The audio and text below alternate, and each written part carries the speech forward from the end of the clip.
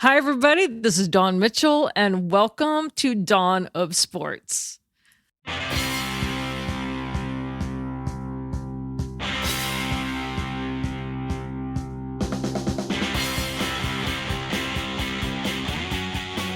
We have a really fun guest today. One of my buddies, I just adore him, Pete Bercich. You know him from playing with the Vikings, coaching with the Vikings, and now one of the voices of the Vikings. I'm so excited to get his take on the 10-2 iteration of the Vikings. That's coming up. That's right. This is Dawn of Sports, starring Dawn Mitchell from Fox 9. Thanks to Pete for joining us today. We're coming to you from the Aquarius Home Services Studios. Alex Haugen is our producer. Best way to listen to this show or any of our many shows at talknorth.com. Please subscribe to your favorite podcast app. It's free. It's the easiest way to listen. And thanks to our longtime sponsors, Rudy Luther Toyota, Minnesota Masonic Charities, and Natrium.com. Well, I am so excited to have Pete Bercich on this show. And Jim, welcome back from your cruise. Very nice Thank of you. you to, come back with the tropical suntan for us. But you also come back to a I'm 10 like and 2 Pete. Vikings I'm an old team. Irish guy. I just get blotchy. I don't actually tan. Yeah. Blotchy is good though, right? As long Exactly. as you get Sure. checked for skin cancer, boys. So Pete, I know that I see you every Sunday, and I get your takes all the time, but I just want to ask you, just as if you can take off your coaching hat, your broadcasting hat, everything, just as a pure person on looking at this Vikings team, are you shocked at the 10-2 or mildly amused? No, I mean, I'm definitely surprised. And it's one of those things where you think back and where you thought this team was going to go, and then you just have to remember why you questioned the Vikings, why you did not pick them to win the division, right? And the reason is so many new faces and new places, and starting with the quarterback position. We had no idea how Sam Darnold was going to work out. You had none, zero. So and that's an unbelievably important position. It's the hardest position to play in sports. And then defensively, look at all the new, you have all the new names on the defensive side of the football. It's not just Grenard, who we knew was good, but you have Andrew Van Ginkel, Blake Cashman. How good are they going to be? We had no idea. You bring in Jerry Tillery, a guy who was kind of a journeyman. He was, bouncing around teams a little bit. How was he going to play? And then you have Stephon Gilmore, Fabian Moreau, Shaq Griffin, all these, and then you draft Dallas Turner, which is going to help. But Jihad Ward, I mean, how many names do I have to put out there? And these guys, Right. these are all guys that contribute week in and week out. So the fact that nobody, picked the Vikings or expected this out of the Vikings that's, to me, that's just common sense. There were just way too many question marks, considering the Packers go down to Dallas and win a playoff game, and then Detroit, they fought to the bitter end, but eventually lost the NFC Championship game to San Francisco. So third, right? And on a high note, you're thinking, okay, third in the division, right? So it's been all these free agents have worked out, which is, I think, who and what this franchise is doing. You know that one of the funny memes I saw, it was Tiger Woods and his back is to the camera, and there's John Daly, and above it has 11-1 Lions, and then 10-2. So it says 11-1 Lions with Jared Goff, and something brilliant, and then it says 10-2 Vikings with with Sam Darnold messing around to find out. Right. That's just kind of how it is, right? I mean, they didn't know that would stick. Right. You get that feeling that, you're kind of playing with house money in that regard, right? Like the fact that we're even in this thing is something we should all be happy about, and just enjoy the ride. And from the way I look at it, especially you look at the top 7 teams in the NFC, and then you look at who's number 8, right? That's the cutoff between making the playoffs and not. And it's a pile of 6-win teams. So right now you Right. got a 4-game lead on the next team that could, obviously knock you out of the playoffs. So they put themselves in a really good position. Um, but yeah, then you look at the next level and say, okay, where would you rather play? Well, obviously you would rather play the winner of the NFC South or NFC West, right? Instead of having to go out to Philadelphia in the first round, if nothing changes. I mean, the Vikings, they could still, I mean, they could still walk through the rest of the season if they went out and Detroit stubs their toe. Who knows? You could be home field throughout the rest of it. The possibilities are there. It's not, out of the realm of thinking that it could happen. So, yeah, other than maybe, Paul Allen, nobody expected this. Well, let I me know, tell you, I know Suhan didn't. I know Jim did not. I'll would you have chime him in as here. Jim? I picked them to go 6-11 for all the reasons Pete cited. And you know what? Here's the Yeah. thing. I don't think any of us should do predictions. We have no idea what's going to happen. Right. I'm thrilled that I was wrong because it means that we have a much more interesting team, interesting season. But I the only time I ever doubted that this is going to be a rough season was when they signed Gilmore. Because I'm like, okay, you're not signing Gilmore for 1 year if this is just kind of a get through it season. I thought the Gilmore signing was the one time I thought, okay, maybe they think they really have something. Right. Right. Yeah. Getting Well, aggressive there. here's the thing is it's not like one of the players could walk up to you and be like, you didn't believe in us. It's like, yeah, I could give you 50 reasons why.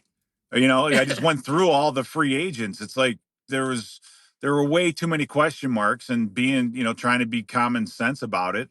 You're thinking, yeah, they're gonna have their struggle. No one expected them to, but it's a tip of the cap to them and what the coaching staff has done. How well they've done with especially with the free agents. I mean, that's a Brian Flores thing. And, that leads me to think, yeah, I always think about it was it was courageous for Kevin O'Connell to bring in Brian Flores. And why do I say that? Because young coaches, and remember, he hired him after his first season, a guy who, after his first season, brings in another former head coach. It's basically like, yeah, if you want to be cynical about it, you're like, okay, I just hired my replacement, right? If things aren't Right. going well, who's the next guy on the list? I mean, look at the Bears. The Bears they fired their head coach and they fired their coordinator. They don't have anybody with any head coaching experience, right, to be the next in line, so to speak. Well, Kevin O'Connell said, you know what, I'm hiring Flores because he's the best guy for the job. And that's Flores is saving this franchise, I think, a ton of money because he's getting the best out of what he has. And obviously, Coach O'Connell is doing an unbelievable job with the quarterback position. So um, all those things have to come together to get us to where we are today. Doesn't mean it's going to get us anywhere we want to go tomorrow, but for right now, that's all worked out, and it's been a fun season, and like I said, so the fans sit back and enjoy. You know what, Pete? I want to ask you this. I know at the beginning of the year, we're all like, oh my goodness, Andrew Van Ginkle, Jonathan Grenard, Stephon Gilmore. But one of the names that I know everyone was happy because he's a former Gopher, but the guy that, we call the head of the snake, basically, Blake Cashman, he's really been proving just how valuable those games where he was out, they just kind of didn't know which direction or how to, make the coverage work sometimes. Just in your opinion, being a former linebacker, just how important he is. And I think he gets better every single game. Yeah, I think he does. I think he's unique in the fact that you get a lot of linebackers. A lot of times, linebackers are good in the front, meaning against the run, or they're good blitzers, that kind of thing. And those guys usually suffer in coverage, right? They don't have the Right. instincts in coverage and some of those things. Cashman, I don't know, Cashman doesn't have a lot of holes in his game. I mean, he's a very, very good blitzer. We saw him when he was down in Houston with Grenard. They ran games together, and that's a whole nother world when you're rushing the quarterback and running defensive line games, not just blitzing and taking on running backs. Um, but the versatility there, and then his ability also to play coverage. Yeah, I think some of the hiccups in the road without Cashman, some of it had to do with the plan that they had against Detroit. Number one, it was Detroit. And number two, Yeah. maybe having Dallas Turner play off the ball a little bit. I don't know if that didn't probably go the way that they wanted to. And then you turn around and have a short week against the Rams. You can't do a whole lot. And it's been kind of a, bring in Metellus in, let him play linebacker a little bit, get Van Ginkel off the ball. It's like they had to do a lot, jump through a lot of hoops, let's say, to replace the productivity of Cashman. And with him out there, everybody goes back to where they play best, right? And so the whole entire unit's better. On the offensive side of the ball, I mean, I know Justin Jefferson loves single high coverage coming at him. He wants, that one-on-one thing, but he's not always going to get it, and he hasn't. How deep in the playoffs, if they make it, can they go if Jefferson is not the guy that can get the ball more and more? We saw a little bit of it this week where he got 99 yards, just one shy of he said, I don't like these games, one shy, and I don't even get the 100 yards. But right. and I know they're game planning. They're trying anything they can do to get the ball to Jets. He said, and it was kind of subtle in his post-game comments, that he really has been emphasizing he likes the up-tempo way, but that you can't always be up-tempo in terms of your offense. But what do you see like going down the stretch here about how to get him open and to utilize him more? Yeah. Well, there were, you go back and watch, rewatch the game. There were, there were a handful of plays where he was open and we didn't get the football to him. So there was some meat left on the bone, especially in the first half of the game. That there were opportunities. So he's getting open. And again, it's that whole thing is an ebb and flow. And, I think I go back to the Jets game with how the corners they didn't care about getting pass interference or holding penalties. They were just going to rough up our wide receivers and try to frustrate them. And then, and then toward the end of the game, you hope that by the end of the game, the referees are so used to you grabbing and holding that in the key moment, they just don't throw their flag. I mean, it's a tactic. It can be done. But does every team have that corner depth to stop him and Addison and Hawkinson? And then you have to build that versatility into your offensive system that if one guy is, having a rough day or being covered, that you can beat a team with the other players. And I think, we've shown that with the big games like Addison had against Chicago. And so you have other weapons. And, Justin Jefferson's still the first name written on the board when a defense goes, all right, who do we have to stop? And so they're going to start with him, but there'll be more opportunities for him. But yeah, he's a necessary piece. They've learned to, use him to affect plays and get other guys open. I mean, that's going to be the big thing is just, if they're going to make these changes to cover JJ, then how do you take advantage of them? And the other thing too is I've said it before, but I remember talking to Scott Linehan when Randy Moss was here, and he's like, we shouldn't even watch film because the coverages that they show and we chart and we get tendencies on, throw that all out the window because they change everything to slow down Randy. And I think we're seeing some of that with Jefferson too. So there's a definite feeling out period early in games where you have to see, well, okay, what are they doing to stop us? And then what are we going to do to counter that? So, and then in the meantime, get them the ball quickly, maybe a few times, but it's a process. And I think they're finally wrapping their heads around it, and we'll see.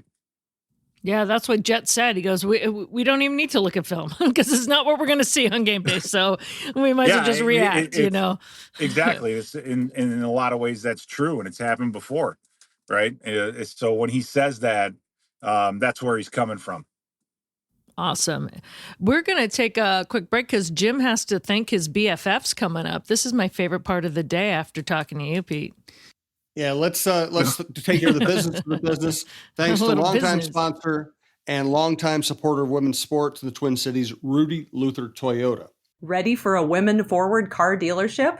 Rudy Luther Toyota empowers their many women on staff in sales, management, and service. Whether you are looking for a new Toyota or pre-owned vehicle, Rudy Luther Toyota has something for everyone. Every vehicle comes with a Luther Advantage. 10 cents off fuel and car wash discounts at holiday stations, Luther Advantage warranty, and 5-day return policy on pre-owned vehicles. Located just 5 minutes west of downtown Minneapolis, off 394 and General Mills Boulevard. And they're also hiring. Want to join the team but don't know where to start? Visit rudyluthertoyota.com today. Thanks also to a company I just keep hearing great things about from all my friends and colleagues, Minnesota Masonic Charities. When people think of the Freemasons, they often think of secret handshakes and unusual hats, and of course, the pancake breakfast.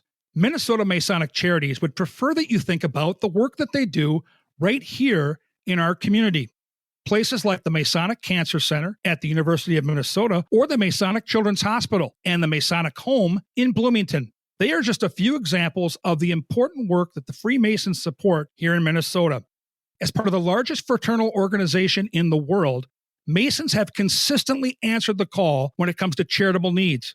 I am happy that Minnesota Masonic Charities has chosen Minnesota Bound and this podcast as a place to help spread the word. We look forward to learning so much more about their many programs here in the weeks to come. And check out natrium.com and the Natrium and Wildflower Shops, natrium.com. That's right, natrium.com. Go to a Natrium or a Wildflower location. I go to the Wildflower location. It's walking distance from me. You can get daily doses. You can get balms, antifungal stuff, anti-infectious stuff, antibacterial, anti-inflammatory, and stuff to help you with muscle pain, arthritis, tendonitis. Man, I'm describing myself so well here. You get quick pain relief. You get oil to benefit your guts. But what I use, and I keep telling you this because it's true, I use the sleep stuff. It just chills you out, allows you to slide into sleep, into a peaceful sleep. It makes a big difference for me as someone who has trouble stopping his brain late at night. But I'm also hearing from a lot of my friends who have gone to a Wildflower or a Natrium shop and have just got the fun stuff, which is drinks with either THC or CBD, gummies, candies, dips. I mean, there are just so many varieties. I really recommend going to a Natrium or Wildflower shop. They're beautiful shops. The variety is amazing. And when you're first starting out, if you're like me, you need an expert to help you sort through it and figure out exactly what's going to work for you. So go to a Natrium or a Wildflower shop, figure out what works for you. And then after that, if you want to make it more convenient, then you go to natrium.com and have it delivered. Whatever way you use it, whatever you choose to use, I guarantee it will improve your life. Now, ready for some more with Dawn and Pete. A reminder, we have a great lineup. We have Randy Shaver on high school sports, Mike Grimm on the Gophers, Roy Smalley, Lavelle Neal, myself on the Twins in our Chin Music show. We have Russo and LaPanta on hockey, Gorg on hockey, John Krasinski on the Wolves, the Viking Update show, John Millay, Jeff Diamond, former Vikings general manager on the Vikings. That's just part of our lineup. Check out talknorth.com, including our outdoor content. And if you like a show, subscribe to it. Best way to listen. Back to you, Dawn. Well, Jim, you can tell that you're fresh off vacation. Maybe you don't even need an atrium right now because you didn't get excited for your BFF. So I'm just, where's the excited Jim again? Where is he? Not all those pills lead to excitement. Some of them put me to sleep, which is kind of what I want. That's what I'm saying. You seem a little chill right now. Yeah. Like here's he with this BFF, and you're like, yeah, that's right. Okay, cool. So Pete, everyone this Sunday is getting excited for Kirk Cousins to come to town. And if you're at the game, fans, and you're watching the scoreboard and they showed one of Kirk's 4 interceptions, the one for a pick 6, people were laughing and then they were cheering. And I said, that is colder than the air outside, fans. Like Minnesota fans were cold on that, aren't they? Like, what's the reception going to be for Kirk when he comes back? Who knows? I mean, I think the best thing that they can do is create the crowd noise.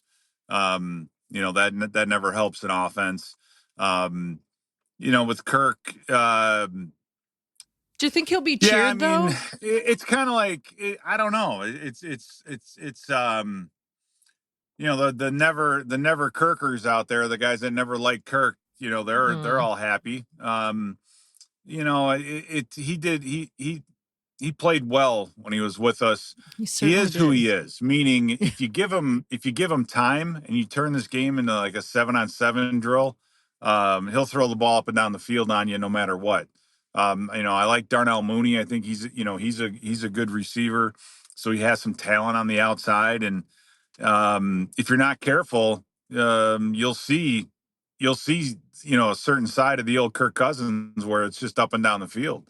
But the book on him is still the same thing: get people in his face, get pressure on him. I looked at his interceptions. The first one he threw was just it was a beautiful play by the corner. So I can't really fault him on that one. That's just an unbelievable play by the defense. The pick six, he got hit one time, and he got hit hard in that Charger game, and that ball he threw out to the flat was just late. It was, so who knows if it was a mistake on a cover or on a route or whatever. And the third pick was him, I think, was just careless. He just threw the ball up in the air. And then the last one was a 4th and 13 or 3rd and 13 or whatever it was. So they weren't horrible, right? It wasn't a deal where you're just like, what is he doing? Right. You can see what he's trying to do. And that's Kirk, right? You got to force him into the mistakes. And he's not going to scramble, so you can play more man-to-man. You can do some other things. You know where he's going to be in the pocket. He's not going to move around too much, so you can just try to collapse him and keep people in his face and make him uncomfortable. Because when he's uncomfortable, then he goes to his checkdowns. He doesn't let the routes develop all the time. And that's just kind of the game that you got to play to, against him.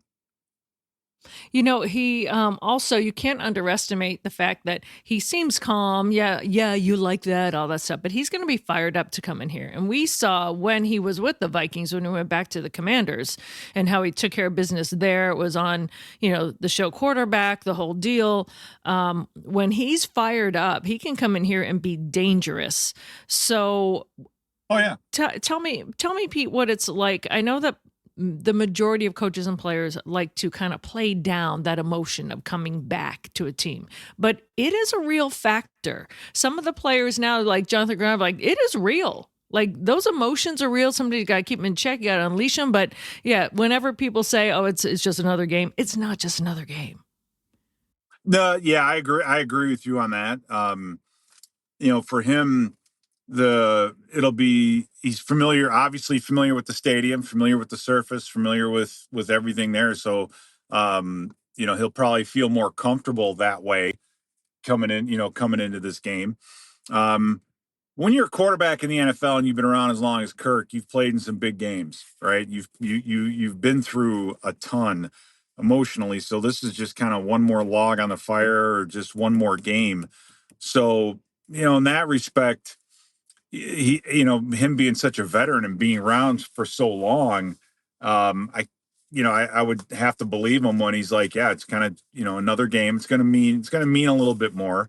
But it's like, I don't know. It's an effort thing. And what I mean by this is, like, if you're Jonathan Grenard and you're playing against your old team and you're fired up, that's going to help you play better, because you're going to have more energy. You're going to have, more pursuit, more all this and that. And for a defensive player, that's going to help. As a quarterback, I don't know if trying harder is going to make you better. It's like golf, right? Interesting. Yeah. The more harder you try, like, that's why I don't like golf, because the harder I try, the worse I get. Oh, that's why you don't like golf. And so, okay. That position, that position of quarterback, yeah, I don't know if trying harder is always going to make you better. So, I think at that position, it's a little bit less of a deal saying, my God, he's all fired up, he's going to play great. It's like, well, I don't know, a quarterback, I don't know if that's a great thing. So I want to switch gears a little bit. Every single time if people ask me a question about Pete Bercich, there was like, what is it like for a guy that used to play to have to go do like color on TV or radio? And I said, I don't know how to answer that. Like, you're going to have to ask Pete himself. Yeah, first of all, I've never played in the NFL and I've never done that kind of thing. When you first started getting into it, because you and PA are in such this sync, it's kind of like a dance where he does his thing, you get in your. What was the hardest thing for you when you first had to get into that groove? Well, yeah, it was interesting because there was no practice, no coaching, no nothing. It was just the first preseason game in 2007, the year we drafted Adrian Yeah. Peterson, and it was just kind of like, all right, here you go. And then you just talk when it was just literally just talk when PA's not talking. All right, what's on the top of your head, and then throughout the years, because this is our 18th season together. you Oh, just you just wow. learn and get a feel for when he's going to talk, how much he's going to talk, when's he going to stop, that kind of thing. And um I've been very fortunate. I think with the radio side, I think my 4 years spent coaching Mm, are more valuable to what I do now than the playing. I mean, the playing is good because it's how do you feel and what do you feel like and what do that kind of thing. Having gone through it, but as far as what's happening on the field, the coaching side of it really, because you think a lot about football. I thought I was a smart player, but you really don't know what you don't know until you start coaching, and then you have to start learning about what offenses are doing and what are they trying to get accomplished, and it's a huge learning process. um on the coaching side, and that's all helped me to get me where I am, and do what I do now. And the fact that I can go to a game and the stress and the pressure is not as much there, right? You know what I mean? I'm not right. gonna I'm not gonna wake up tomorrow or wake up Monday sore and beat up and all that kind of thing. And the coaching side is even more stressful just because you win and lose as a group. Meaning as a player, if you play well, you're going to play somewhere next year, right? If Right. you're a linebacker coach and you're coaching your ass off, but the rest of the staff is not doing well, you're all getting fired. So now that it's not like Right. they're going to keep you around, right? So you depend on everybody in that coaching room. You depend on the head coach. And you're moving your family. The whole it's like there's a whole nother angle to it that makes it even more stressful because you can always watch more film. Doesn't matter how you feel on Sunday, right? Doesn't matter if your legs are tired. You can always stay up later and watch more film and do more work. And it's crazy. It's a crazy lifestyle, I'll tell you that. Wow. I guess the only difference would be if you were like a line coach for the Bears, right? Like, you might be an interim head coach. You just don't know. Yeah. I mean, yeah, and that's it's Oh, you just never know with this. And with the coaching, it's the most interesting part about all that is, when a head coach gets hired and people want to call and try to get a job or whatever, it's already too late. You talk to them before they even do the interview, because if you're not on the list, because when a coach walks in for an interview, he's going to lay out everybody's going to hire, yep. all that, and if you're not on the list, then you're not going to be on the list. Period. So Right. Unless you mess up it's that yeah, year right. and Well, then you're yeah, out, unless right? it, Oh. that's true. All right, True. Pete. Well, before we let you go, and I know that you're saying you don't do predictions, but I'm looking at, I called this kind of like the meat grinder now of the schedule. Yes, they got past the Cardinals and they got a victory, but it's not easy with Atlanta, and then you've got Monday Night Football coming up, and then you got to face the Bears and the Lions and all that stuff. So December is always tough. How do you think just the team that you've seen it's kind of like, will the real Vikings team stand up, but they're gritty and they pull it out? How do you think December will go? Just kind of your gut feeling right now. Uh, I think it's going to be kind of a continuation of what we've seen. I mean, Atlanta's a tricky team because you watch them against the Chargers. They played hard. They've got a good defensive front, and you watch that same team play against Denver the week before their bye. They were, that was a team that looked like it needed a vacation. So it's going to be interesting to see which Atlanta team shows up. The Bears will get a bump because the coach quit and then hopefully we'll hit them. Once that wears off, because the players understand the coaches get fired first, and then we're next. So Right. you try to bounce, you get a little bit of a bounce. The game in Seattle is going to be tough because it's outdoors, the weather. Seattle's a very physical team, especially on their defensive front. We have 5 left. I mean, maybe we drop 1 along the way. I mean, that's my expectation. That's impressive. Okay. And then you will see what happens in the Detroit game, because the Detroit game may not mean anything. Right. That'll be interesting if it does. If that game means something, then that'll be a very interesting matchup. There. But we got to take care of the Packers at home. That's the beauty of it all, is that both teams that are in front of us in this division, we play again. And so you have your opportunity. Yeah. It's all right there. It's all right there if you want to take it. And it would be interesting, too, if it does mean something at the end of the year between the Vikings and the Lions, if the game will be flexed. We still don't know what day it's going to be quite yet. I think they're just going to have to wait and see. So a lot to be ready for. It's all TBD right now, isn't it? That's right. And it's not the best dawn. I'm just saying. Exactly. Well, Pete Bercich, thank you so much, as always, my friend. Thanks for taking time out. I know you've been bouncing back and forth between here and Chicago and have a lot going on. So I really value your time, and thank you very much. And Don, thank you. And it's been a pleasure to work with you for so many years now. And, enjoy every minute of it. Enjoy your professionalism. And I'm looking forward to the Sunday mornings, game day live. Yeah, it's a fun show. I really enjoy it. Oh, awesome. Pete, thanks so much. You're a good friend, too. I really appreciate it. All Thank you. Pete Bercich joining us on Dawn of Sports. Pete, you're the best. Aw.